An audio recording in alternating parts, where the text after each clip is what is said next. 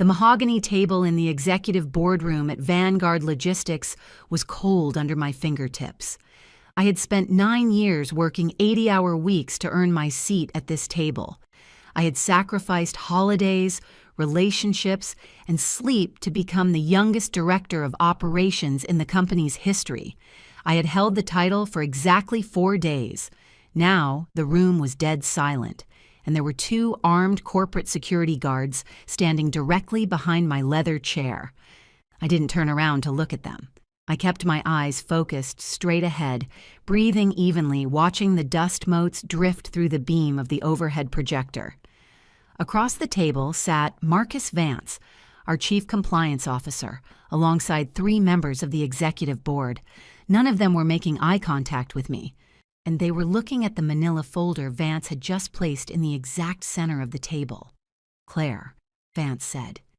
His voice was soft, practiced, and utterly devoid of the warmth he had shown me at my promotion dinner on Friday. "This is not a conversation I ever expected to have with you." I didn't offer him a defense because I didn't know what I was defending myself against yet. I simply waited. Vance sighed, a heavy, theatrical sound, and opened the folder. He slid 3 sheets of paper across the polished wood. "At 6 o'clock this morning, the board received an anonymous whistleblower email," he said, his tone shifting from disappointed mentor to corporate liability manager. "It contained internal vendor invoices and wire transfer routing numbers. The routing numbers do not belong to our vendors. Do they belong to a shell LLC?" My heart performed a single violent kick against my ribs, but my face remained completely still. I looked down at the paper. It was a printed PDF of a Vanguard Logistics invoice. The formatting was flawless. The authorization signature at the bottom was mine, but the receiving account number in the top right corner was completely unfamiliar. "The attachments," Vance continued, his eyes finally meeting mine, "document a systematic diversion of funds authorized under your credentials over the last 3 months. The total diverted amount is exactly $85,000. My hands were resting on the arms of my chair. I pressed my fingertips into the leather just hard enough to ground myself, because the moment Vance said the number, the confusion evaporated, leaving behind a cold, crystalline clarity. We're $85,000. It wasn't a random figure generated by a sophisticated embezzler. It was an incredibly specific number. It was the exact amount my father had demanded from me on Sunday night, standing in my hallway with bloodshot eyes, screaming that his gambling creditors were going to take his house if I didn't do my duty as a daughter and cover his debts. I had looked him in the eye, told him my bank accounts were not his bailout fund, and closed the door. My mother had called me 10 minutes later. She didn't yell. She never yells. She just spoke in that quiet, venomous tone she reserves for when she wants to cause permanent damage. "You have a big new office now, Claire," she had whispered through the phone. "It would be a shame if everyone found out how selfish you really are. To actions have consequences." I stared at the forged signature on the paper in front of me. They didn't just want the money anymore. They wanted to burn the office down around me. "I did not sign this," I said. My voice was flat, devoid of the panic Vance was clearly waiting for. "This is a forgery. The vendor data has been altered." One of the board members, a woman who had championed my promotion, shifted uncomfortably. "Claire, the metadata on the PDF submissions matches your departmental authorization codes. The anonymous sender provided an audit trail." "An audit trail can be fabricated," I replied calmly. "Look at the date on the signature. I was in Tokyo on a site visit that week. I wasn't logged into the local intranet to approve this tier of billing." Vance placed his hand flat on the folder, closing it. "When it was the universal corporate gesture for this meeting is over. We are initiating a full internal investigation," Vance said, his tone turning entirely procedural. Effective immediately, your employment is suspended without pay. Your system access has already been revoked. You are to hand over your company phone, your laptop, and your access badge." He gestured slightly with his chin toward the two large men standing behind me. "Security will escort you to your desk to collect your personal items, and then they will escort you off the premises." The old version of me, the daughter who spent her 20s trying to earn her parents' love by paying off their credit cards, would have cried. She would have begged the board to believe her. She would have explained the gambling debts, the family toxicity, the threats. But institutions do not care about family trauma. They care about liability. If I sounded hysterical, I would just confirm the narrative that I was unstable and guilty, so I didn't give them a show. I reached into my blazer, pulled out my corporate iPhone, and placed it perfectly parallel to the folder. I unclipped my RFID badge from my lapel and set it down next to the phone. The plastic made a sharp, clean clack against the wood. "I will cooperate fully with the investigation," I said, looking Vance dead in the eye. "But I highly recommend Vanguard preserves the original digital files of those anonymous emails. Not just the printouts, the raw email headers." Vance frowned slightly, thrown off by my lack of emotion. "We have everything we need, Claire." "Make sure you keep it," I said. I stood up, smoothed the front of my blazer, eyes, and turned around. The two armed guards stepped back slightly, expecting resistance. I didn't give them any. I simply walked toward the glass doors, forcing them to follow me. The walk from the executive boardroom to my new corner office took exactly 45 seconds, but it felt like a geological era. It was an open-plan floor. 60 employees, analysts, and managers I had trained and promoted stopped typing as I walked past. The silence was absolute, broken only by the heavy, tactical footsteps of the guards flanking me. I felt the heat of 100 eyes burning into the side of my face. I heard a junior analyst whisper something to a colleague. I kept my chin level. I didn't look down. When we reached my office, one of the guards handed me a flattened cardboard box. It was the ultimate corporate indignity. I packed quickly and methodically, framed degrees, a favorite pen, a ceramic mug. I didn't take a single scrap of company paper. 10 minutes later, I was standing on the concrete plaza outside the Vanguard building. The midday sun was blinding. The guards turned and walked back inside, leaving me alone with my cardboard box. My career was suspended. My reputation was actively bleeding out in the boardroom above me. I reached into my pocket and pulled out my personal cell phone. There was a new notification waiting on the lock screen, a text message from my mother received exactly 12 minutes ago, right when I was being escorted past my team. "Hope your new board meeting went well, darling. It's never too late to help your family." I stared at the little yellow, smiley face. My parents thought they were criminal masterminds. And they thought because they knew how to convert a Word document into a PDF and use a secure email service, they had committed the perfect corporate assassination. But they had forgotten one fundamental rule of the modern world. Paper can lie. But digital ink always bleeds back to the source. I didn't reply to the text. Instead, I opened my contacts, scrolled past the numbers for my family, and dialed a number I had saved years ago for a completely different reason. It belonged to a former Vanguard cybersecurity contractor who had recently opened his own independent digital forensics firm. The phone rang twice before a deep voice answered. "Sterling," he said, "you're calling in the middle of the workday. What broke?" I looked up at the glass monolith of the Vanguard building, gripping the cardboard box tighter against my hip. "My parents just framed me for corporate embezzlement using forged vendor invoices," I said, my voice finally dropping into something cold and dangerous.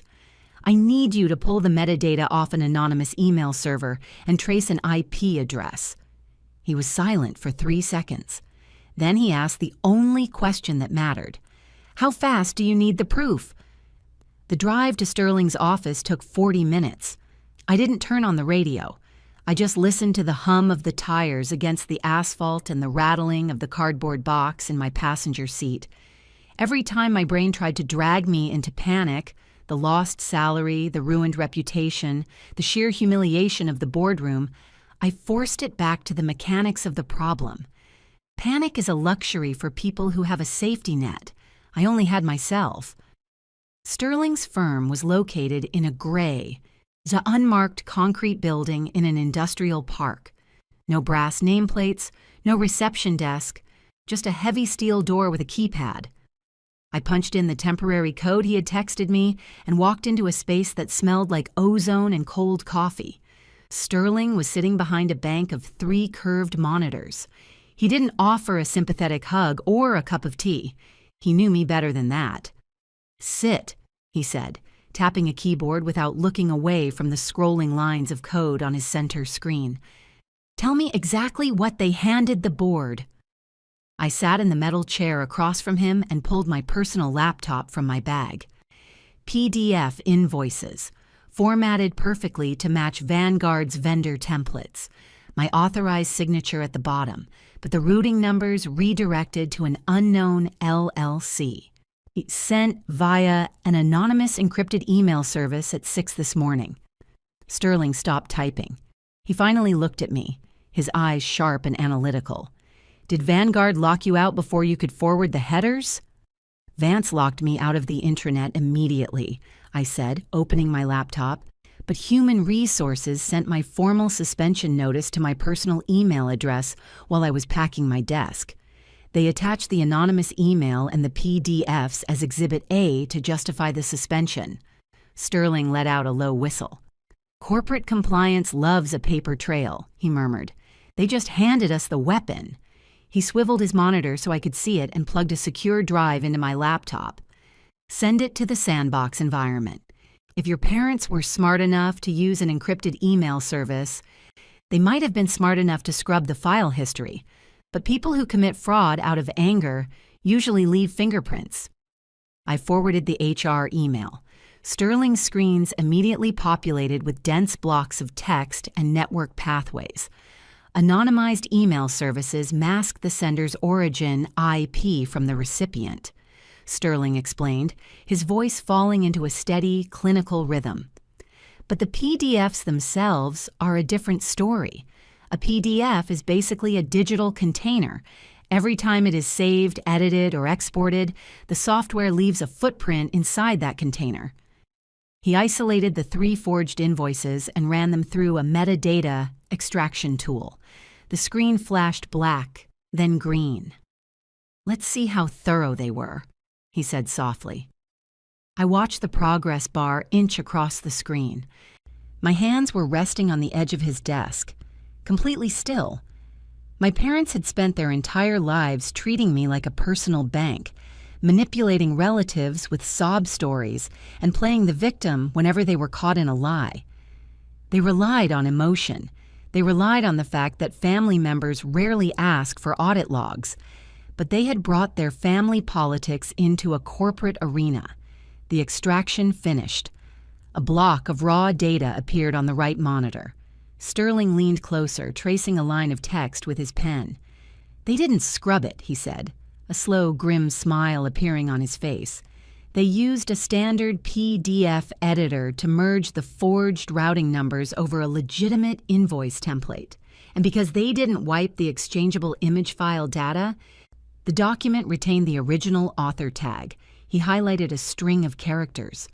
"Author," he read aloud, "Linda C. registered to a desktop device." Linda, my mother. My chest tightened, but I kept my breathing perfectly even. Can you prove it's her device? A name tag isn't enough for Vanguard's legal department. They will claim someone else used her name to frame them. "A name isn't enough," Sterling agreed, "but a hardware address is." He tapped another key, diving deeper into the file architecture.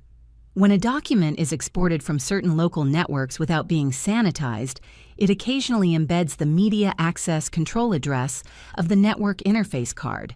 It's essentially the digital fingerprint of the specific computer that created the file. He extracted a 12-character alphanumeric string. If we can match this identifier to the computer in your parents' living room, Sterling said, the forgery is undeniable. I can't exactly walk into their house and run a diagnostic on their hard drive, I replied. You don't have to, Sterling said, his eyes gleaming in the monitor light. We don't just have the PDFs. We have the LLC routing information they used for the attempted diversion. He pulled up the banking details printed on the forged invoice. To open an LLC bank account, you need a registered agent and a formation document filed with the state. Even if they used a proxy service to hide their names, the state registry requires a filing IP, or a billing address for the processing fee. He opened a public records database and cross-referenced the LLC name, Apex Logistics Solutions. And they tried to make it sound like a legitimate freight vendor, I noted. Very corporate, Sterling muttered. He ran a script to query the state's business division portal. While the script ran, my personal phone buzzed on the desk. The screen lit up. An incoming call. Grant Holloway, my father. Sterling glanced at the phone, then at me. Do you want to take that? No, I said. But let it go to voicemail. I want the recording. We sat in silence, watching the phone vibrate against the metal desk. The sound was harsh and grating, like a drill biting into concrete. I pictured him standing in his kitchen, holding his phone, probably pacing, waiting to see if his bomb had detonated properly. The ringing stopped. A second later, the voicemail icon appeared. I put the phone on speaker and pressed play. My father's voice filled the cold. In the concrete room, it was thick with artificial concern, pitched perfectly for an audience. Claire, sweetheart, he said. He hadn't called me sweetheart since I was 12. Your mother and I are so worried. We heard there was some trouble at Vanguard today. Someone from your office called to verify emergency contacts and mentioned a suspension. He paused, letting the silence hang, ensuring the implication landed. We know you've been under a lot of pressure lately, he continued, his tone shifting into something heavier, something darker. People make mistakes when they're stressed. If you need a place to stay or if you need us to help you talk to a lawyer, we are here. Family protects family, but you need to call us. We can make this go away if we just work together on our financial situations. The message ended. See, Sterling stared at the phone, his face a mask of professional disgust. He's offering you a protection racket, he said. He burns your career to the ground and then offers to sell you the fire extinguisher if you pay his debts. He's creating a record, I corrected calmly. He wants an audio trail of him sounding like a concerned parent reaching out to a troubled, guilty daughter. If I fight the suspension, Vanguard's lawyers will look into my personal life. My father is preparing to be their star witness. Sterling shook his head slowly. He has no idea what he just walked into. The script on the center monitor pinged. The state registry query had completed. Okay, Sterling said, leaning forward and adjusting his glasses. The LLC was registered 3 days ago, or they used a third-party registered agent service to hide the ownership names. Can we break it? I asked. We don't need to break the agent, Sterling replied, his fingers flying across the keyboard. We just need to track the payment gateway used to file the articles of organization. The state portal logs the originating Internet protocol address of every transaction for fraud prevention. He pulled up the routing metadata from the state server, cross-referencing it with an open-source geolocation tool. A map populated on the screen. A red pin dropped onto a residential grid. Sterling zoomed in. The grid resolved into streets. The streets resolved into individual parcel lines. He looked at the address hovering above the red pin, then turned his monitor so I could see it clearly. The network address used to register the fraudulent LLC, Sterling said quietly, maps to a residential account. I looked at the address on the screen. It wasn't a proxy. It wasn't a public library. It wasn't a coffee shop. It was the exact street, the exact house number where my father had stood in the hallway demanding $85,000. My pulse steadied into a slow, heavy rhythm. The panic was entirely gone now. It had been replaced by a singular, focused intent. "Print it," I said. Sterling hit the command. The printer in the corner hummed to life, spitting out pages of raw, undeniable proof. "We have the metadata tag from your mother's computer, the network address linking their house to the fraudulent LLC, and the audio of your father attempting to extort you post-suspension," Sterling summarized. "What, are you taking this to Vanguard's compliance officer?" I picked up the warm sheets of paper and slid them perfectly into a pristine manila folder I had taken from my box. "No," I said, looking at the blinking cursor on the screen. "Vance suspended me in front of the board because he thought I was a liability. If I walk back in there pleading my case, I'm just a liability with a story." Sterling frowned. "Then who are you taking it to?" I looked at the digital map of my parents' house, thinking about the security guards, the cardboard box, and the silence of my team as I was escorted out. "I'm not taking it to compliance," I said, my voice as cold as the boardroom table. "I'm taking it to the general counsel, because this isn't an internal human resources issue anymore." I picked up my phone and opened my contacts again. Oh, I didn't go back to the executive floor. I didn't try to use a deactivated badge or argue with a security guard at the turnstiles. I walked straight into the public visitor lobby of the Vanguard Logistics Tower, approached the front desk, and handed the receptionist my driver's license. "Claire Holloway," I said, "to see Evelyn Thorne, General Counsel." The receptionist, a young man who had likely heard the rumors of my suspension circulating on the internal Slack channels, hesitated. "Ms. Holloway, I don't see an appointment, and my system says your employee status is—" "I'm not here as an employee," I interrupted, my voice perfectly level. "I am here as a private citizen, reporting an active, documented wire fraud attempt against Vanguard Logistics. Tell Ms. Thorne I have the originating IP address and the hardware metadata of the individuals who targeted the company this morning." The receptionist blinked once, the corporate gossip suddenly overridden by the sheer weight of the words, "wire fraud." He picked up his phone. 4 minutes later, a legal assistant escorted me up to the 32nd floor. The legal department didn't look like the rest of Vanguard. There were no open concept desks or glass ping-pong tables. It was heavy mahogany, frosted glass, and thick carpets designed to swallow the sound of footsteps. It was the floor where the company's real power lived, because it was the floor that calculated consequence. Evelyn Thorne was waiting in her office. She was a woman in her late 50s who wore tailored charcoal suits and treated every conversation like a deposition. And she was standing behind her desk, arms crossed, staring at me as the assistant closed the door, leaving us in absolute silence. "Claire," Evelyn said. Her tone wasn't hostile, but it was heavily guarded. "You were escorted off the premises exactly 2 hours ago, pending a major internal investigation. Showing up at my office is a violation of your suspension protocol. Any communication should go through your attorney." "I don't need an attorney to defend myself, Evelyn," I said, stepping forward, "because I'm not the one who committed a crime."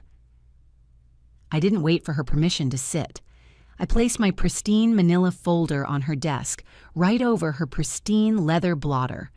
Evelyn didn't look at the folder. She looked at me. "Marcus Vance briefed me on the whistleblower email. The board saw the invoices. The vendor routing data was altered, and your signature authorized it." "Marcus Vance is a compliance officer who panicked at the sight of a PDF," I replied, my voice calm, stripping away the emotion so only the facts remained. He looked at a piece of paper and assumed it was reality. He didn't look at the code underneath it. I opened the folder. I slid the first document across the desk, the metadata extraction report from Sterling's lab.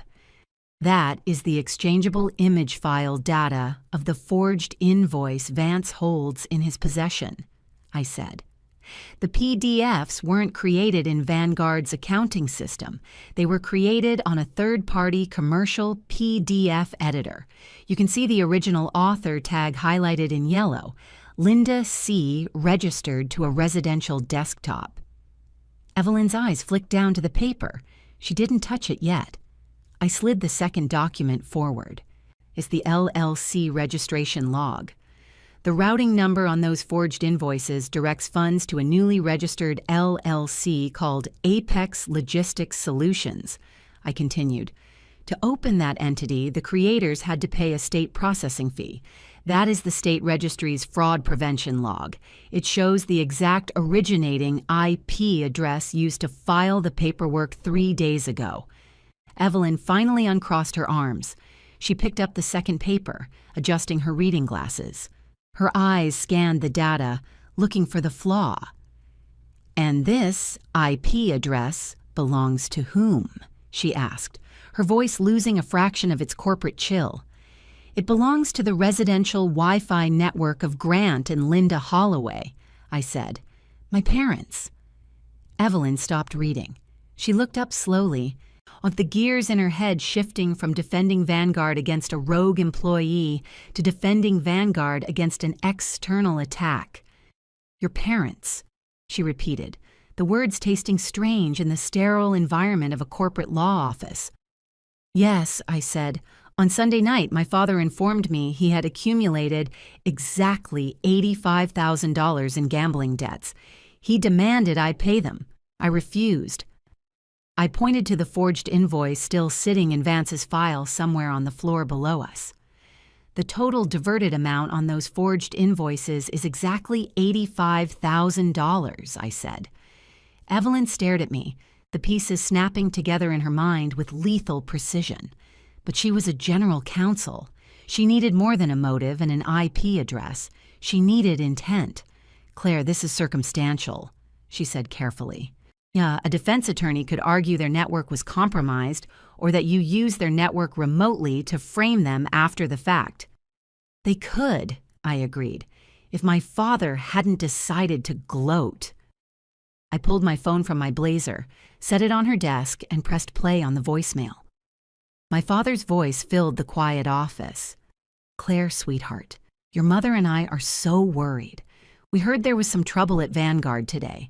Someone from your office called to verify emergency contacts and mentioned a suspension."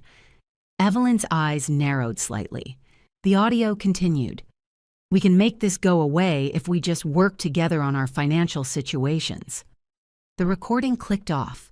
The silence that followed was heavy with liability. "No one from Vanguard called my parents today," I said. "EA's HR protocol explicitly forbids contacting emergency contacts for a suspension. He knew I was suspended because he was the one who sent the anonymous email at 6 this morning. He was just waiting for the bomb to go off so he could offer to sell me the solution." Evelyn Thorne leaned back in her chair. She wasn't looking at me like a suspended employee anymore. She was looking at me like a massive, unexploded, legal risk that Vanguard had completely mishandled. Because Evelyn understood the math. If Vanguard terminated me based on unverified, forged documents sent by third-party extortionists, the wrongful termination and defamation lawsuit I could bring against the company would be astronomical. Marcus Vance had marched me out in front of 60 employees without doing a basic digital forensic sweep. "Well, Marcus moved too fast," Evelyn murmured, almost to herself. "Marcus reacted to a threat," I corrected mildly, but he targeted the wrong threat. I leaned forward, placing my hands flat on my knees. "I don't want to sue Vanguard, Evelyn. I want my job. I want my reputation cleared in front of the exact same board that watched me get escorted out. And I want the company to neutralize the people who attempted to use Vanguard Logistics as an extortion tool." Evelyn's eyes locked onto mine. The predatory corporate lawyer had fully arrived. "What exactly are you proposing, Claire?" she asked. "My parents sent fraudulent documents to a corporation in an attempt to misappropriate $85,000, I said, keeping my tone entirely procedural. "That is attempted wire fraud. It is tortious interference with a business contract. What did is defamation. If I sue them, it's family drama. If Vanguard Logistics sues them, it is a corporate strike." Evelyn looked at the printed IP address, then at the metadata report. Her fingers tapped a slow, rhythmic beat against the mahogany. She knew my parents didn't have Vanguard's money, but she also knew that corporations do not allow themselves to be used as weapons by amateurs without retaliating. It sets a dangerous precedent. If we hand this to the authorities immediately, it becomes a slow, quiet criminal investigation, Evelyn said, her voice dropping into a register of pure strategy. But if we pull them into a civil deposition first, we control the timeline. We lock them into their own lies on the record. They think I'm broken, I said calmly. They think Vanguard threw me to the wolves. They're expecting a call from me, begging for help. Evelyn picked up her desk phone. She didn't dial Marcus Vance. She didn't dial HR. She pressed the intercom button for her assistant. "Sarah," Evelyn said, her voice sharp and authoritative, "get Marcus Vance and the chief financial officer in my office in exactly 10 minutes. Tell them to bring the whistleblower file and draft a formal cease and desist and litigation hold notice for Grant and Linda Holloway." She released the button and looked across the desk at me. "We aren't just going to clear your name, Claire," Evelyn said quietly. "We're going to invite your parents to this building to discuss your suspension. We're going to let them think they won." I didn't smile. I just watched her slide my forensic proof into a Vanguard legal binder, because the best walls aren't made of feelings. They're made of corporate litigators. Marcus Vance walked into Evelyn's office exactly 9 minutes later, followed closely by Vanguard's chief financial officer, David Aris. Vance stopped dead the second he saw me sitting in the leather guest chair. His posture stiffened, his corporate armor instantly snapping into place. "Evelyn, what is this?" Vance asked, his voice sharp. "Security protocol dictates that suspended employees are not permitted on the executive floors. She needs to be escorted out immediately." Evelyn didn't raise her voice. She didn't even look up from the file on her desk. "Sit down, Marcus," she said. It wasn't a request. It was a directive from the only person in the building who could fire him without board approval.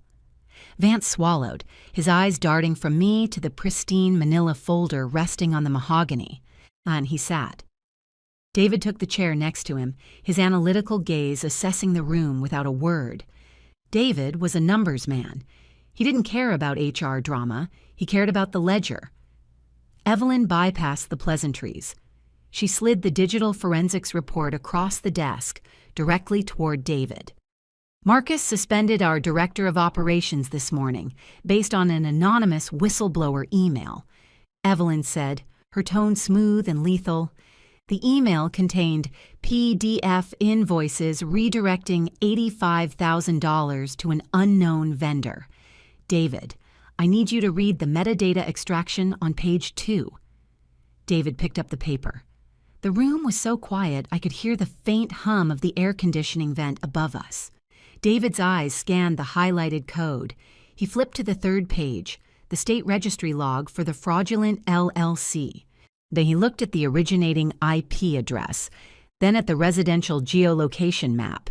He didn't look at Vance. He looked directly at me. "This wasn't generated by a sophisticated internal threat," David said quietly. "This is a residential network, and the metadata author tag belongs to a Linda C. "Linda Holloway," I corrected, my voice perfectly flat. "My mother. The IP address matches my parents' home.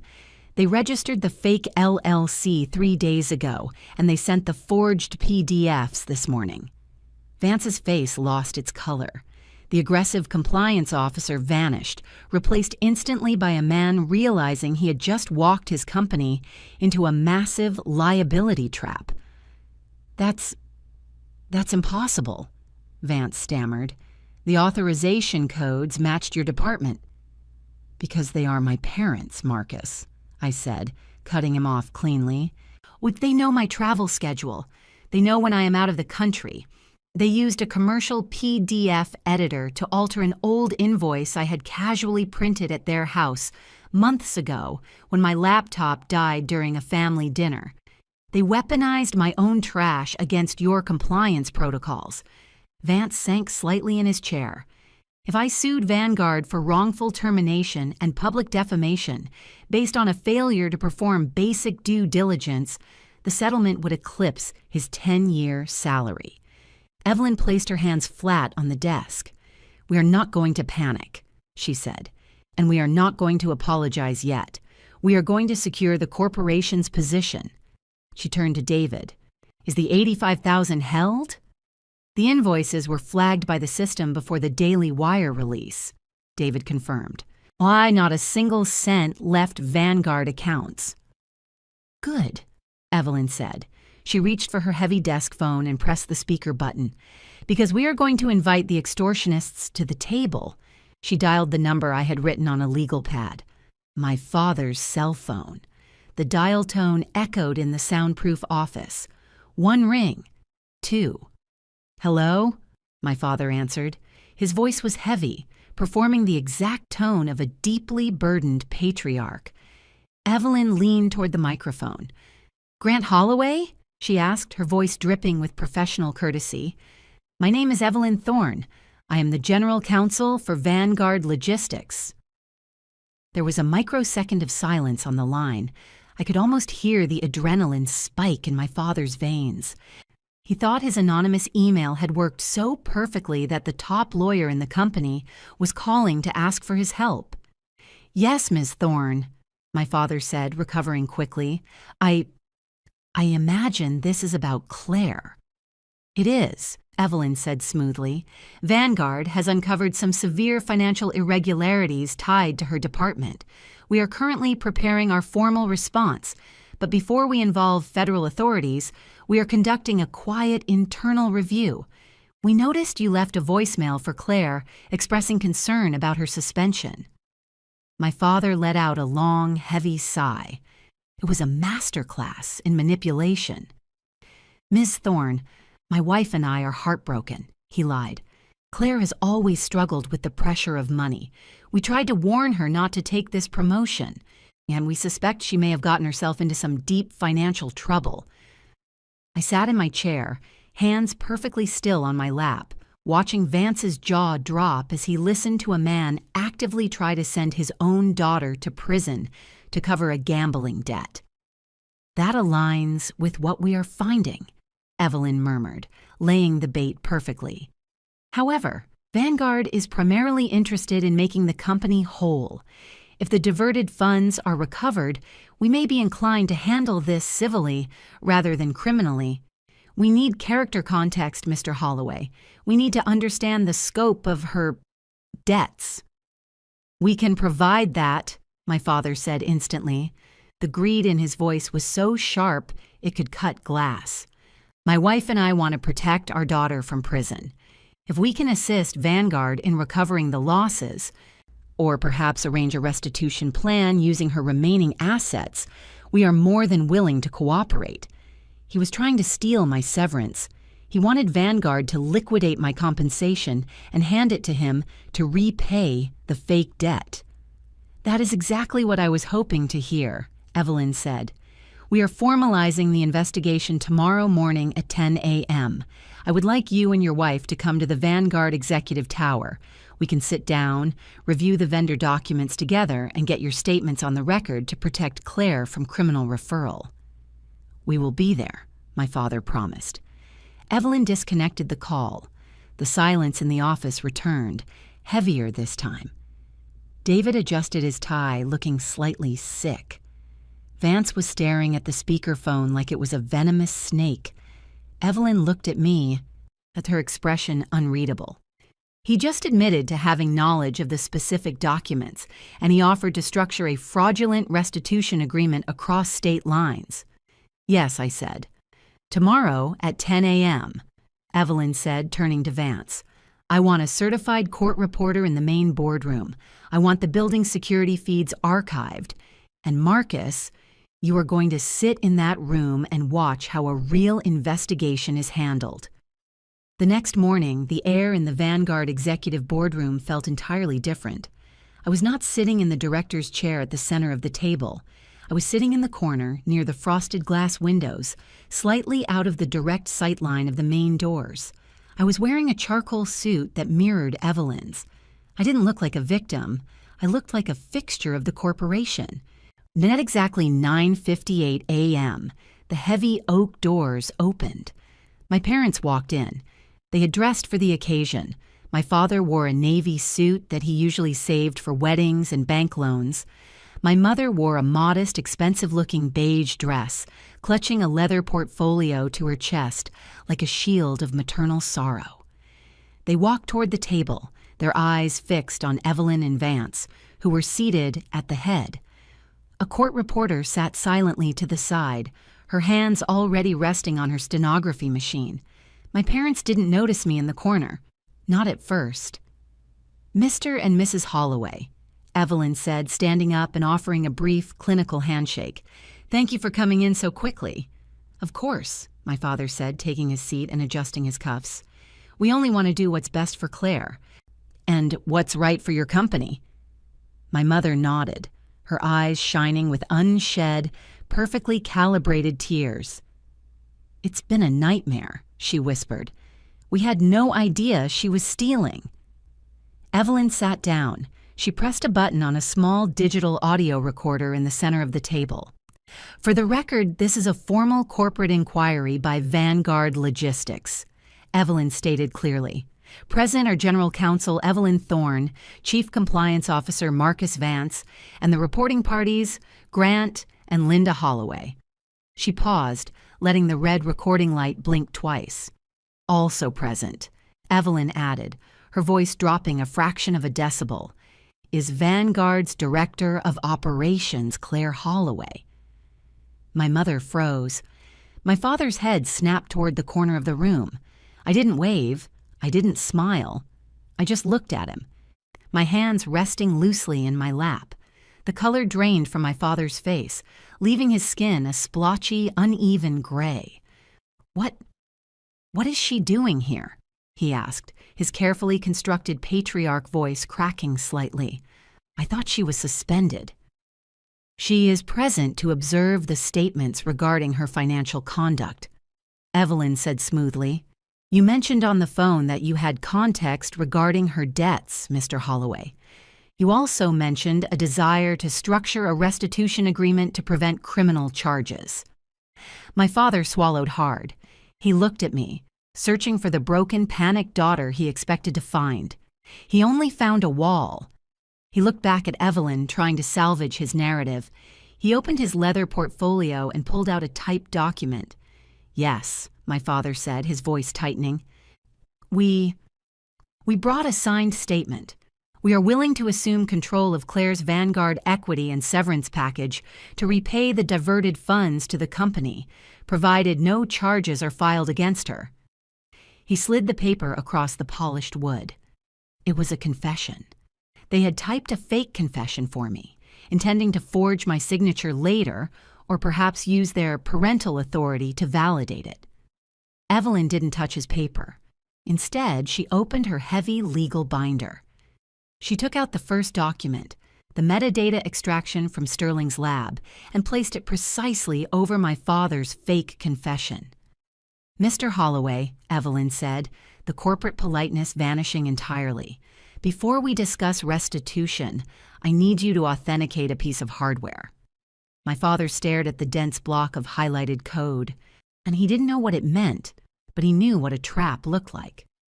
"What is this?" he demanded, pulling his hand back.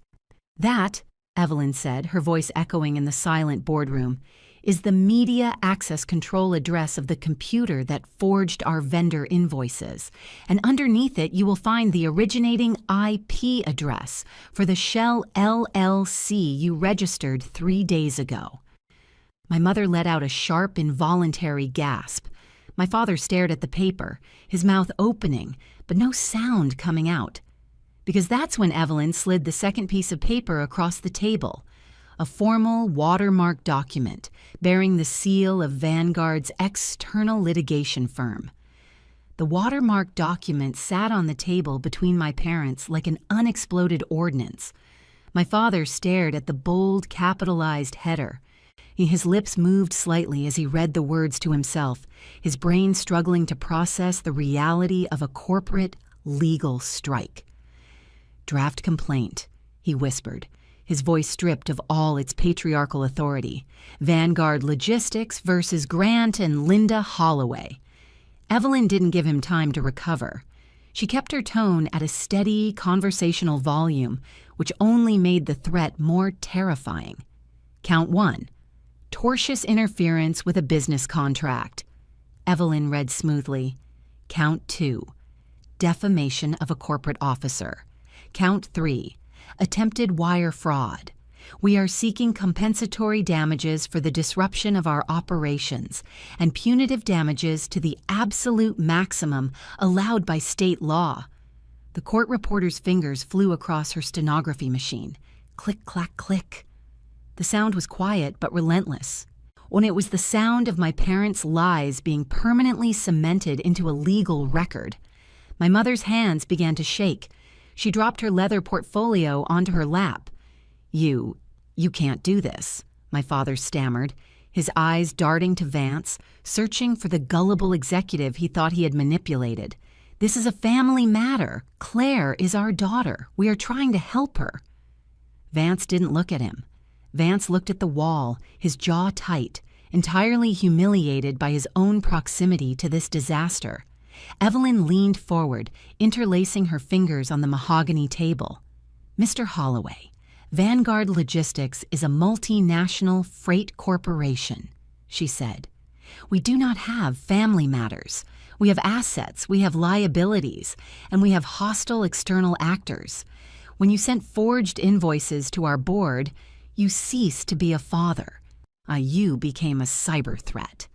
My father's face flushed a deep mottled red. The panic was turning into the cornered, erratic anger I had grown up with. "She set us up," he snapped, pointing a shaking finger at me. "She has access to all this computer nonsense. She used our network remotely to hide her own tracks because she knew she was getting caught." He looked at Evelyn, desperate to sell the lie. "Check her travel, check her logs. She probably did it from her apartment." I didn't look at Evelyn. I looked directly at my father. "I was in Tokyo when the fake LLC was registered," I said. My voice was calm, carrying across the room without any effort. "My passport was stamped by customs. The Vanguard Corporate Travel Office has my hotel, IP logs, and flight manifests. I was 6,000 miles away." My father froze, on his finger still pointing at the empty space between us. "But you were at home," I continued, my gaze moving to the metadata report on the table. "And you didn't use a proxy to pay the state registry fee for the LLC. You used a credit card." My mother let out a small, strangled gasp. "Vanguard's digital forensics team traced the payment gateway," I said, delivering the final, absolute truth. "The card used to pay the $50 filing fee for Apex Logistics Solutions is registered to Linda Holloway. The billing address matches your mortgage." The court reporter kept typing. Click, clack, click. My mother turned to me.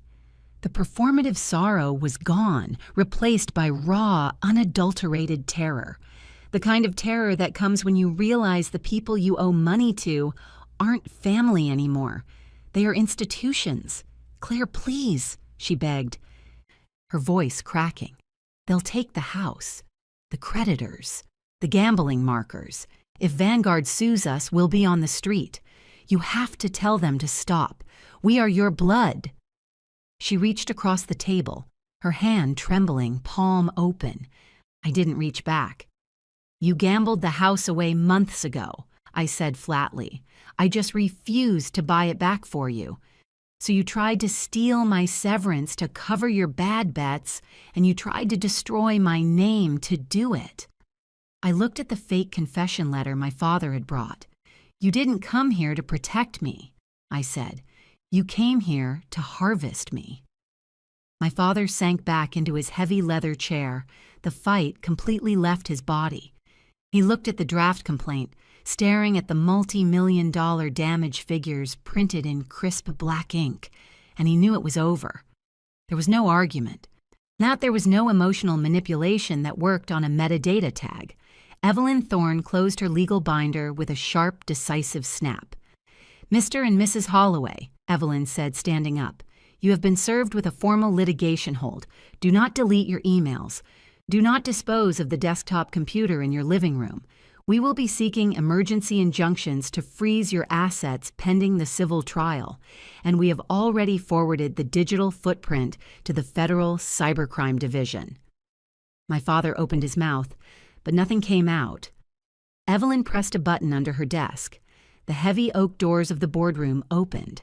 2 armed corporate security guards stepped inside. They were the exact same guards who had stood behind my chair 24 hours ago. "Escort them out," Evelyn instructed calmly, "and revoke any future visitor access. If they step onto the plaza, call the police." My mother started to cry, real ugly tears this time, as one of the guards gently but firmly grasped my father's elbow. They didn't drag them. They didn't need to. My parents walked out of the room like ghosts, their heads bowed, utterly broken by the weight of the paper trail they had created. The heavy doors clicked shut behind them. The boardroom was silent again. The court reporter hit a final key, saving the transcript, and quietly packed up her machine. Vance exhaled a breath he looked like he'd been holding for 10 minutes. He turned to me, his face pale, his corporate arrogance entirely stripped away. "Claire," Vance started, his voice thick with awkwardness. The board acted on the information we had at the time. The compliance protocols require immediate suspension when vendor routing is questioned." I didn't let him finish the corporate apology script. "The protocols require investigation, Marcus," I said, keeping my posture relaxed but my tone absolute. "You skipped the investigation because you wanted to look decisive in front of the board. You escorted your director of operations out of the building based on a PDF you didn't even verify." Vance swallowed hard, looking at Evelyn for help. Evelyn offered none. She simply watched me, waiting to see how I would negotiate my own resurrection. "I am not going to sue Vanguard Logistics," I said, looking at Vance, "because Vanguard is going to reinstate me, effective immediately." Vance nodded quickly. "Of course, with full back pay for the suspended days." "With back pay," I agreed. And with a formal written statement issued to my entire department, signed by you, clarifying that the suspension was the result of an external cyber attack and that my credentials were fully cleared by an independent forensic audit." Vance flinched at the thought of sending a mass email admitting his mistake, but he knew he had no leverage. "I will draft it this afternoon," he said quietly. I stood up, adjusting my blazer. I picked up my pristine manila folder containing Sterling's original reports. "I'll be in my office," I said. I walked out of the boardroom, down the frosted glass hallway, and took the elevator back to the operations floor. When the doors opened, the floor was busy. Phones were ringing, analysts were typing. As I walked down the main aisle toward the corner office, a few heads turned, then a few more. A junior manager who had watched me leave yesterday stood up slightly from his cubicle. I didn't look away. I didn't hide. I gave him a brief, professional nod and kept walking. I opened the glass door to my office. The cardboard box I had packed was sitting exactly where I had left it on the floor. I unpacked my framed degrees. I unpacked my favorite pen. I set my ceramic mug on the desk.